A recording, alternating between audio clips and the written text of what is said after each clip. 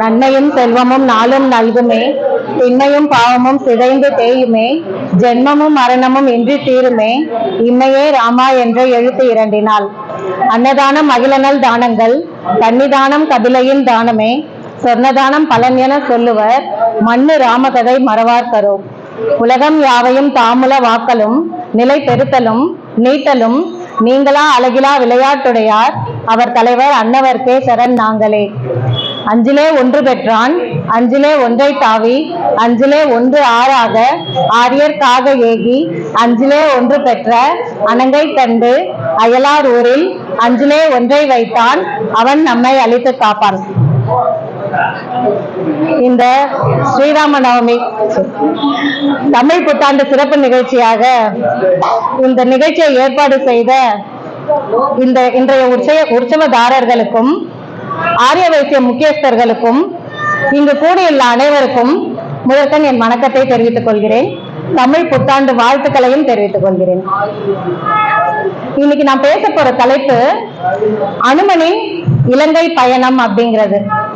அனுமன் இங்க இருந்து இலங்கை போறதுன்னு அவ்வளவு பெரிய விஷயமா அப்படின்னு சொல்லிட்டு நினைப்போம். நம்ம ஒரு ஊருக்கு எங்கேயாவது கிளம்பணும், போறோம் வரோம் அப்படின்னாலே நம்மளோட ப்ரிப்பரேஷன்ஸ் ரொம்ப பெருசா இருக்கும். எப்ப கிளம்பணுமோ அதுக்கு முன்னாடி என்னென்ன ட்ரெஸ் எல்லாம் போடணும், என்னென்னலாம் எடுத்து வைக்கணும், எல்லாம் பேக்கிங் பண்ணி ரெடி பண்ணி அந்த பஸ்ஸோ ட்ரெயினோ பிடிக்கிறதுக்குள்ள அப்ப அடாண்டு ஆயிடும். இப்போ அனுமன் அந்த மாதிரி எல்லாம் பேக் பண்ணிட்டு ஒரு ட்ரிப்பு போற மாதிரி போறாருன்னா அப்படிலாம் போகல. அவர் போகணும், சீதையை கண்டுபிடிக்கணும், திரும்பி வரணும் அப்படிங்கிறது அது ஒண்ணுதான் அவருடைய முக்கிய எண்ணமாக இருக்குது. அதனால பெருசா பேக்கிங் எல்லாம் எதுவும் இல்லை. ராமர் கொடுத்த அவருடைய முத்திரை பதித்த மோதிரம் ஒண்ணுதான் அவரு எடுத்துட்டு போகணும், மற்றபடி வேற எதுவும் எடுத்துட்டு போக தேவையில்ல. அது ஒரு பெரிய விஷயமா இதை ஒரு நாள் ஸ்பீச்சா பேசுற அளவுக்கு அதுல விஷயம் இருக்கா அப்படின்னா நிறைய இருக்கு. ஏன் அப்படின்னா இந்த ராமாயணம் அப்படிங்கிறது ஒரு ராமனின் வரலாறு அப்படிங்கிறத விட இந்த பக்தனான ஆஞ்சநேயரின் வரலாறு அப்படின்னு சொல்லிட்டு சொல்லலாம்.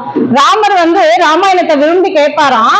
ஏன் அப்படின்னா அவருடைய பார்ட்டை விட்டுட்டு இந்த ஆஞ்சநேயர் வர பார்த்தெல்லாம் ஆஹா ஆஞ்சநேயர் எவ்வளவு பிரமாதமா பண்ணிருக்காரு அப்படின்ட்டு அனுபவிச்சு பார்ப்பாராம். சீதை எவ்வளவு நல்லா பண்ணிருக்கான் அப்படின்னு சொல்லிட்டு பண்ணுவாராம். லக்ஷ்மணனை அனுபவிப்பாராம். அந்த மாதிரி அவரை தவிர மீது எல்லாரையுமே அனுபவிப்பாரு ராமர் அப்படின்னு சொல்லிட்டு சொல்லுவாங்க. அந்த மாதிரி அனுமனினுடைய பிரபாவம் இந்த பயணத்துல ரொம்ப நல்லா தெரியும். சாதாரணமாவே சொல்லுவாங்க அனுமனுக்கு எல்லா ஆற்றல்களுமே நிறைந்து இருக்கும் அப்படின்னு சொல்லிட்டு. அனுமன் எப்படிப்பட்டவர் அப்படின்னா சூரியன் கிட்டயே பாடம் படிச்சவர். சூரியன் கிட்ட போய் நான் உங்க சிஷியனா சேரணும் அப்படின்னு சொல்லிட்டு கேட்டதுக்கு அவர் அப்படியே ஏத்துக்கல. சரிப்பா வா கத்துக்கலாம், நான் சொல்லி தரேன் அப்படின்னு சொல்லிட்டுலாம். நான் சூரியன் அப்படிங்கிறது காலையில இத்தனை மணிக்கு உதிக்கணும் அப்படின்னா அத்தனை மணிக்கு கண்டிப்பா உதிச்சிடணும். அதே மாதிரி ஒரு இடத்துல நின்னுலாம் என்னால சொல்லி கொடுக்க முடியாது. நான் சுத்திக்கிட்டே இருக்கிற ஆளு, என்னுடைய வேகத்துக்கு நீ சுத்திக்கிட்டே வந்தீங்கன்னா நான் உனக்கு சொல்லி தரேன் அப்படின்னு சொல்லிட்டு சொல்றாராம்.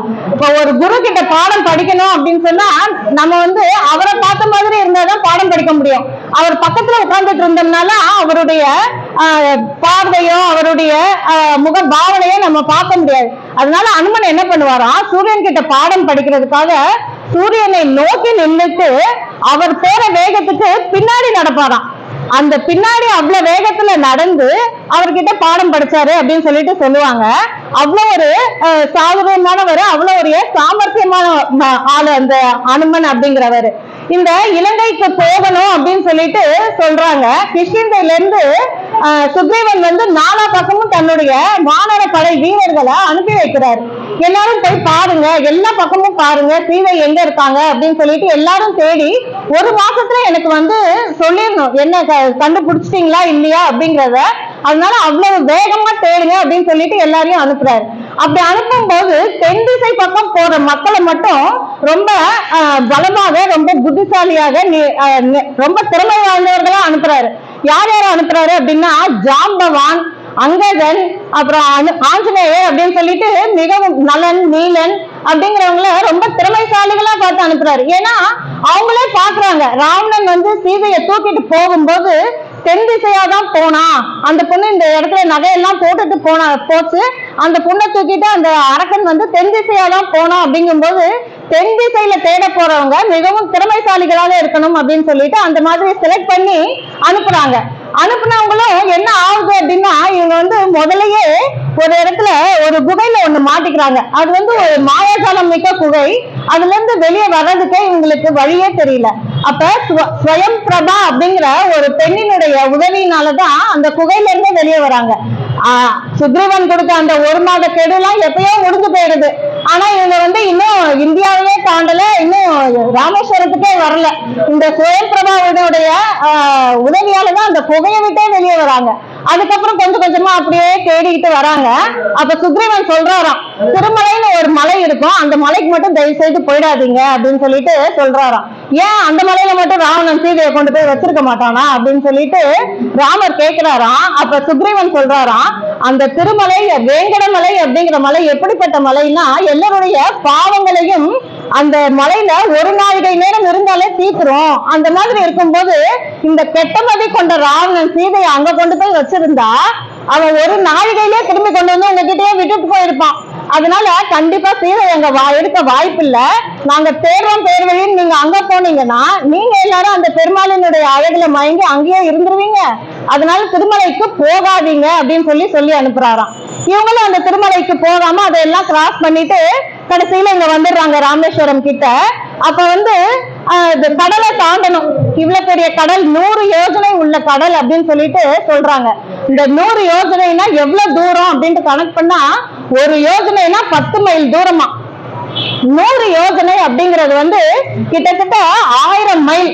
இந்த 1000 மைல் தூரத்தை யாரால தாண்டி போய் சீதை அந்த பக்கம் இருக்காங்களான்னு பார்க்க முடியும் அப்படின்னு சொல்லிட்டு கேக்குறாங்க.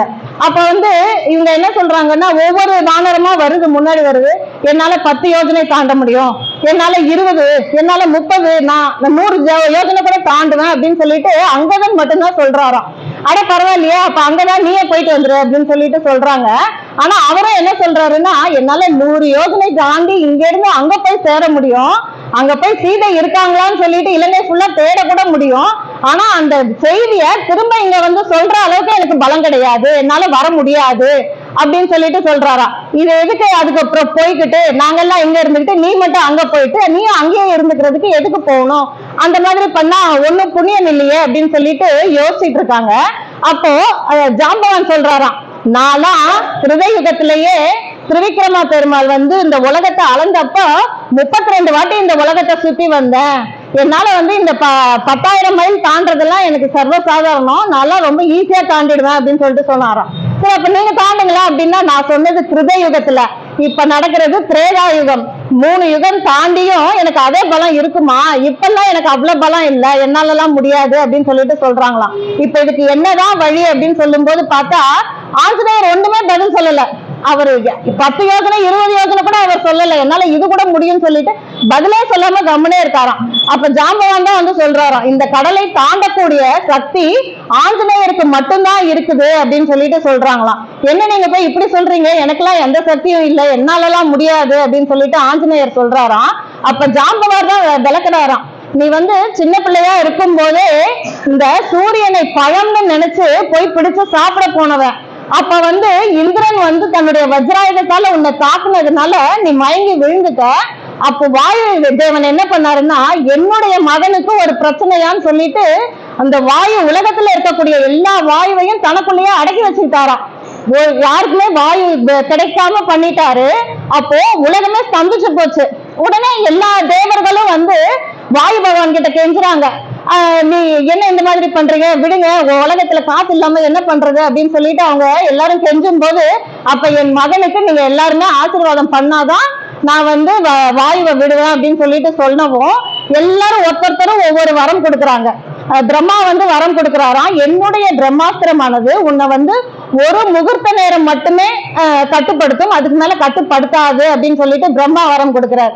அதே மாதிரி சூரியன் ஒரு வரம் கொடுக்கிறாரு, இந்திரன் ஒரு வரம் கொடுக்குறாங்க, எல்லா தேவர்களும் ஒவ்வொரு வரம் கொடுக்குறாங்க. இவ்வளவு வரத்தை வாங்கினதும் இவ்வளவு பலம் வந்ததும் ஆஞ்சநேயர் என்ன பண்றாராம், ரொம்ப கொடுக்காயிடுறாரு. அங்க இருக்கிற முனிவர்கள் எல்லாரையும் தங்களுடைய ஹோமம் வேள்வி போன்றவற்றை எல்லாம் செய்ய விடாம ஏதாவது ஒண்ணு கலைச்சு விட்டுறாரு, பண்ணி விட்டுறாரு. உனக்கு இவ்வளவு பலம் இருக்க போய்தானே நீ இந்த மாதிரி பண்ணிட்டு இருக்க, உன்னுடைய பலமே உனக்கு தெரியாம போகட்டும் அப்படின்னு சொல்லிட்டு அவங்க எல்லாரும் ஒரு இது சொல்லிடுறாங்க. அதனால இவருடைய பலம் இவருக்கு தெரியாததுனால என்னால 10 யோஜனை தாண்ட முடியும் அப்படிங்கறத கூட இவர் சொல்லலையாம். ஜாம்பவான் வந்து இவர்கிட்ட சொன்னதுக்கு அப்புறம் தான் உன்னால முடியும், நீ செய்வ அப்படின்னு சொல்லிட்டு சொல்லவும் தான் என்னமோ நீங்க சொல்றீங்க, அதனால நான் செய்யறேன், ராம காரியம் அப்படிங்கிறதுனால ராமனையே எண்ணி ராமநாமத்தையே ஜபித்து கொண்டு ராமன் இட்ட கட்டளையாக செய்கிறேன் அப்படின்னு சொல்லிட்டு அனுமன் கிளம்புறாரு. கிளம்பும் போது என்ன பண்றாருன்னா, அங்க மகேந்திர மலை அப்படின்னு சொல்லிட்டு ஒரு மலை இருக்கு. அந்த மகேந்திர மலையில ஏறி நின்று தன்னுடைய உருவத்தை பெரிதாக பெருக்குகிறார். அந்த மாதிரி பெருக்கும் போது என்ன ஆகுது அப்படின்னா, அந்த மலையில இருக்கிறவங்க எல்லாம் அதை பார்த்து வியந்து போறாங்க. உடனே இந்த மலையை விட்டு காலி செய்யணும் அப்படின்னு சொல்லிட்டு பறவைகள் விலங்குகள் எல்லாம் ஓடுதான், மலையை விட்டு கீழே ஓடுது. அங்க இருந்த வேடர்கள் முனிவர்கள் எல்லாருமே அந்த இடத்தை விட்டு நகர்ந்து வேற இடத்துக்கு போறாங்க. அவர் என்ன பண்றாரு, ஒரு தம் பிடிச்சு அந்த மலையில இருந்து எதிர்றாரு. அப்படி எதிரும் போது அந்த மலையில இருக்கிற சின்ன சின்ன பாறைகள் குன்றுகள் மரங்கள் எல்லாம் சேர்ந்துக்கிட்டு அவர் கூடவே சேர்ந்து பறக்குதான். அதெல்லாம் இப்போ இந்த தீபாவளி அன்னைக்கு பட்டாசு வெடிச்சோம் அப்படின்னா ரோடு ஃபுல்லா பேப்பரா இருக்கும். அப்போ ஒரு பைக்கோ ஒரு காரோ ஒண்ணு போச்சுன்னா அந்த கார் பின்னாடியே மொத்த பேப்பரும் அடிச்சுட்டு போகும். அந்த மாதிரி இவர் இந்த மலையில இருந்து கிளம்பி பறக்க ஆரம்பிக்கிறாரு. அப்போ வந்து அந்த மலையில இருக்கிற பாறைகள் மரங்கள் அந்த இதெல்லாம் அவர் கூடவே சேர்ந்துட்டு பறக்குதான். பறந்தா என்ன ஆகுது அப்படின்னா, இவர் வந்து தம் படிச்சு பறக்கணும் அப்படிங்கிற ஒரு உத்வேகத்தோட பறக்கிறாரு, அதனால அதெல்லாம் போகுது. ஆனா இந்த மீதி இவர் கூட பறக்கிற அந்த மீதி இதெல்லாம் என்ன ஆகுது அப்படின்னா, கொஞ்ச தூரம் அவர் கூட அந்த வேகம் இருக்கிற வரைக்கும் போயிட்டு அப்புறம் அப்படியே தொப்பு தொப்புன்னு விழுதான். அது எப்படி இருக்குதான் பாக்குறதுக்கு யாராவது ஒருத்தங்க ஏதோ தீர்த்த யாத்திரையோ இல்ல ஏதாவது ஊர் பயணமோ போறாங்க அப்படின்னு சொன்னா அவனுடைய சுற்றங்கள் எல்லாரும் அவங்க கூட கொஞ்ச தூரம் வெளியே வந்து அவங்க கார் ஏறி கொஞ்ச தூரம் போற வரைக்கும் அங்க இருப்பாங்க. அதுக்கப்புறம் எல்லாம் அவங்கவுங்க வேலையை பார்க்க போயிடுவாங்க. அதே மாதிரி இந்த அனுமன் அந்த இடத்துல இருந்து தாவும் போதும் இந்த பாறைகள் எல்லாம் அவரை வழி அனுப்புற மாதிரி அவ்வளவு தூரம் போயிட்டு அதுக்கப்புறமா கீழே விழுது அப்படின்னு சொல்லிட்டு வால்மீகி முனிவர் அழகா விவரிச்சு எழுதி இருப்பார். இந்த மாதிரி அனுமன் கிளம்புனதும் என்ன ஆகுது அப்படின்னா, சமுத்திரத்தின் மேல போயிட்டு இருக்கும் போது என்ன ஆகுது, கொஞ்சம் தூரத்திலேயே மைனாக மலை அப்படின்னு சொல்லிட்டு ஒரு மலை ஒண்ணு வெளியே வருது. அந்த மலை எப்படி அங்க வந்துச்சு அப்படின்னா, கிருதயுகத்துல வந்து மலைகளுக்கெல்லாம் இறகுகள் இருக்குமா.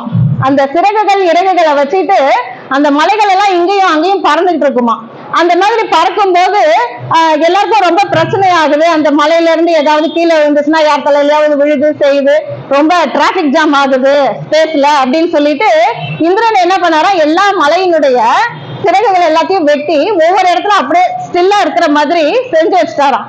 அப்போ இந்த வாயுதேவன் என்ன பண்ணாருன்னா, இந்த மைனாக மலை அப்படிங்கிற மலைய கொண்டு வந்து இந்த கடல்ல மறைச்சு வச்சுட்டாராம்.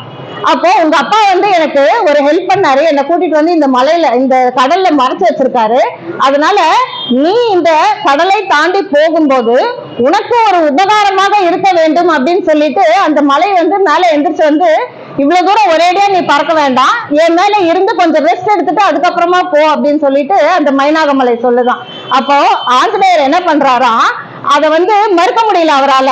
இவ்வளவு அன்பா வந்து எனக்கு கஷ்டமா இருக்குமே, எனக்கு ஒரு ரிலாக்ஸேஷன் கிடைக்கும், எனக்கு ஒரு ரெஸ்ட் கிடைக்கும்ன்றதுக்காக தான் இந்த மலை வந்து நம்மள கேக்குது அப்படிங்கிறதுக்காக அவர் என்ன சொல்றாருன்னா, ரொம்ப சந்தோஷமா இல்ல நான் வந்து ராமகாரியமா போயிட்டு இருக்கேன், இப்ப வந்து நான் ரெஸ்ட் எடுத்து ரிலாக்ஸ் பண்ணி போறதுக்கெல்லாம் டைம் இல்ல, ஏற்கனவே 1 மாசத்துல வாங்க சொன்னாங்க, 4 மாசம் ஆயிப்போச்சு, இன்னைக்கு சாயங்காலமே நான் இலங்கைக்கு போய் சேர்ந்தேன்னா தான் நான் வந்து சீதை அங்க இருக்காங்களான்னு தேடி கண்டுபிடிச்சிட்டு இது திரும்ப கொண்டு போய் ராமன் கிட்ட சொல்லி ராமன் படையை திரட்டிட்டு வந்து இங்க போர் பண்ணி சீதையை மீட்க முடியும், எனக்கு டைம் இல்லை, நான் அப்புறமா இன்னொரு தடவை வர்றேன் அப்படின்னு சொல்லிட்டு அதுக்கு என்ன பண்றாங்க அப்படின்னா, ஒரு நிறைய தின்பண்டங்கள் அந்த மாதிரி எல்லாம் யாராவது சாப்பிட கொடுத்தாங்க அப்படின்னா நம்மளால சாப்பிட முடியாது, சாப்பிடக்கூடிய நிலைமையில நம்ம இல்ல அப்படின்னா அதை தொட்டு கொடுத்துட்டோம் அப்படின்னாலே நம்ம சாப்பிட்டு முடிச்சதுக்கு சமமா. அதே மாதிரி ஆஞ்சநேயர் என்ன பண்றாரா, அந்த மலையின் சிகரத்தை அணைச்சுக்கிறாராம். ஒரு தடவை அணைச்சுக்கிட்டு இதுவே நான் உங்க மேல தங்கி ரிலாக்ஸ் பண்ணி ரெஸ்ட் எடுத்து போனதா நினைச்சுக்கணும் நீங்க அப்படின்னு சொல்லிட்டு நான் இன்னொரு தடவை வரேன்னு சொல்லிட்டு கிளம்பிட்டாராம். அடுத்தது கொஞ்ச தூரம் போகவே இன்னொரு ஒரு ப்ராப்ளம் ஒண்ணு வருது. என்னன்னா தேவர்கள் வந்து இந்த ஆஞ்சநேயருக்கு ஒரு டெஸ்ட் வைக்கணும் அப்படின்னு சொல்லிட்டு நினைக்கிறாராம். ஆஞ்சநேயர் தனியா இலங்கைக்கு போறாரு, இவர் பத்திரமா திரும்பி வருவாரா, இந்த செய்தியை எடுத்துட்டு போய் ராமனிடம் தெரிவிப்பாரா அப்படின்னு சொல்லிட்டு தேவர்கள் எல்லாம் ஆஞ்சநேயரை டெஸ்ட் பண்ணணும்னு நினைச்சாங்களாம்.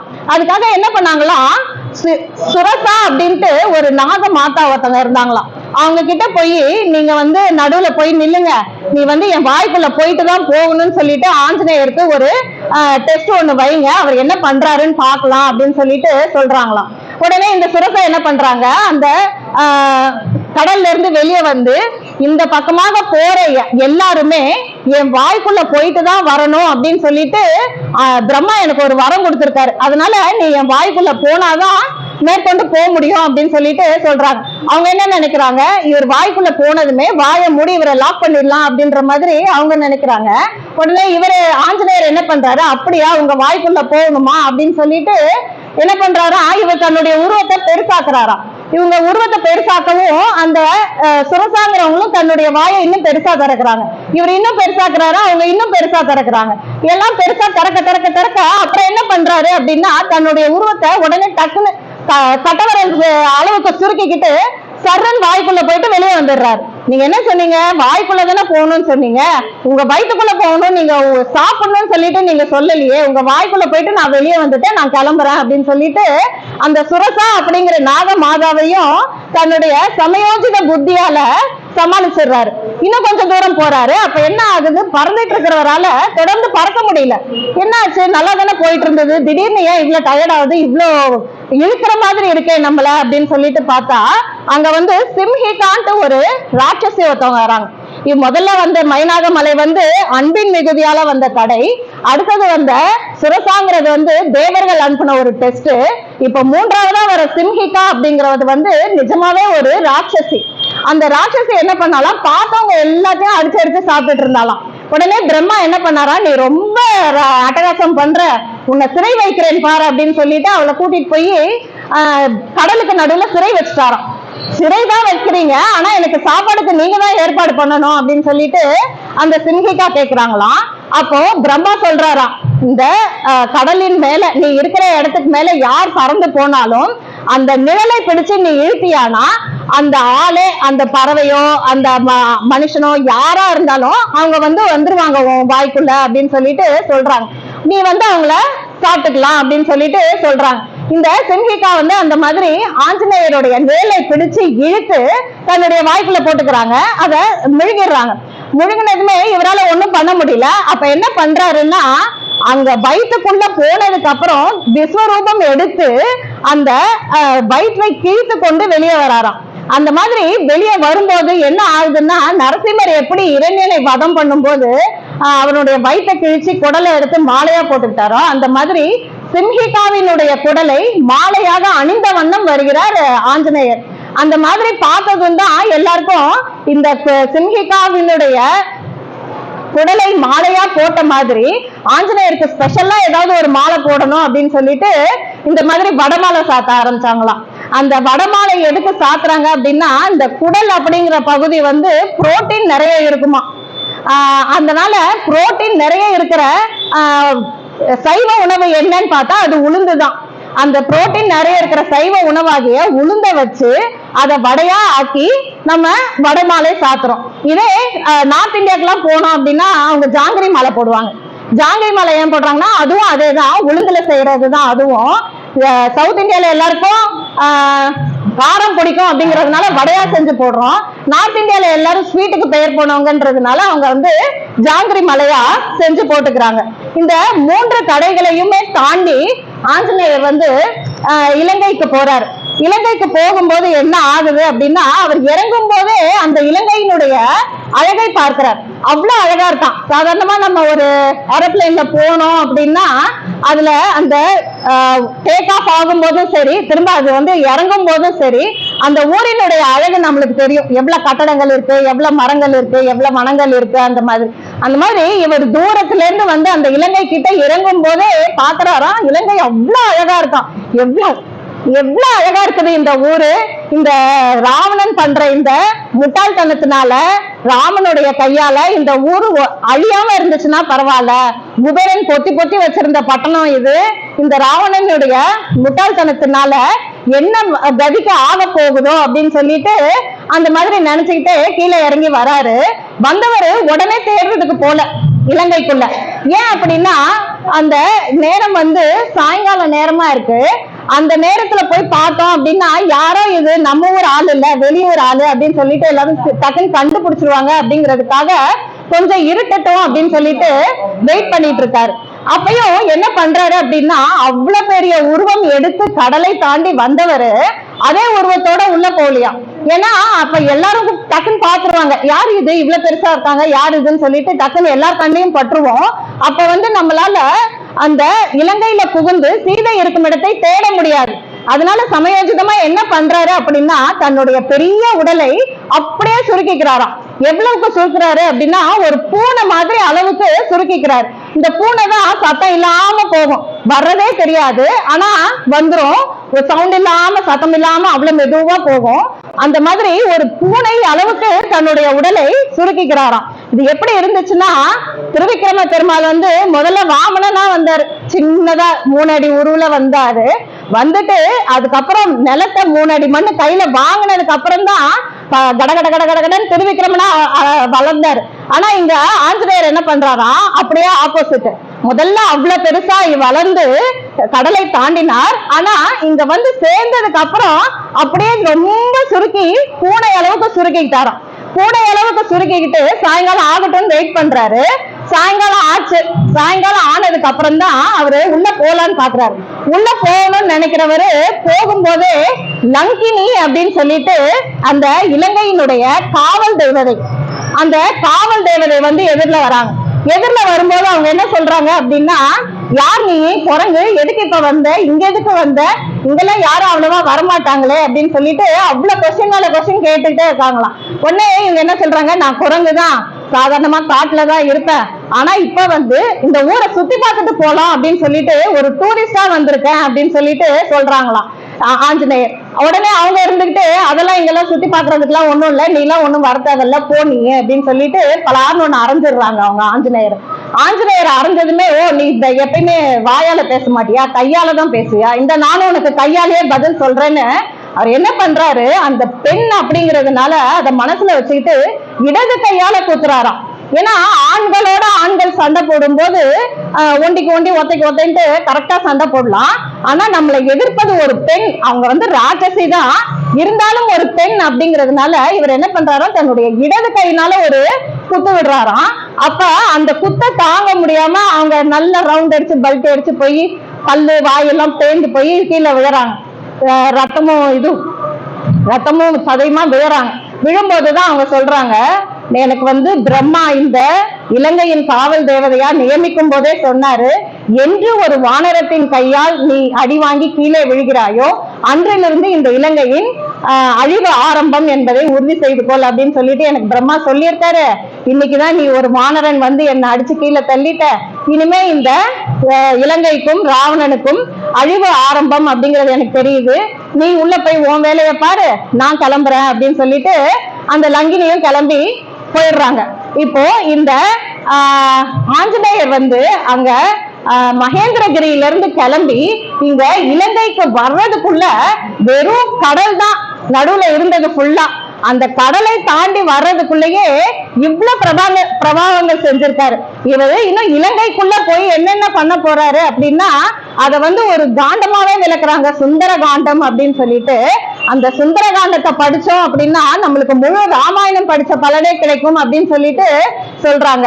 இந்த ராமாயணத்திலேயே மிகவும் அழகான காண்டம் அந்த சுந்தர காண்டம் தான் அப்படின்னு சொல்லிட்டு சொல்றாங்க. அது முழுசும் சொல்றதுக்கு இப்ப அவகாசம் இல்லை, இன்னொரு நாள் பார்க்கலாம்.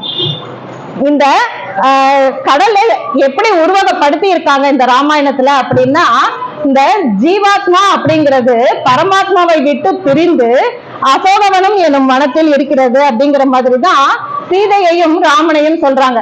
நாம தான் இந்த ஜீவாத்மா தான் சீதை. இந்த சீதைய ராவணன் அப்படிங்கிற 10 தலை கொண்டவன். அந்த 10 தலை என்ன அப்படின்னா நம்மளுடைய புலன்கள், 10 புலன்கள் தான் ராவணனுடைய 10 தலைகள் அப்படின்னு சொல்லிட்டு சொல்லுவாங்க. இந்த ராவணன் அப்படிங்கிறது என்னன்னா நம்முடைய மனம்.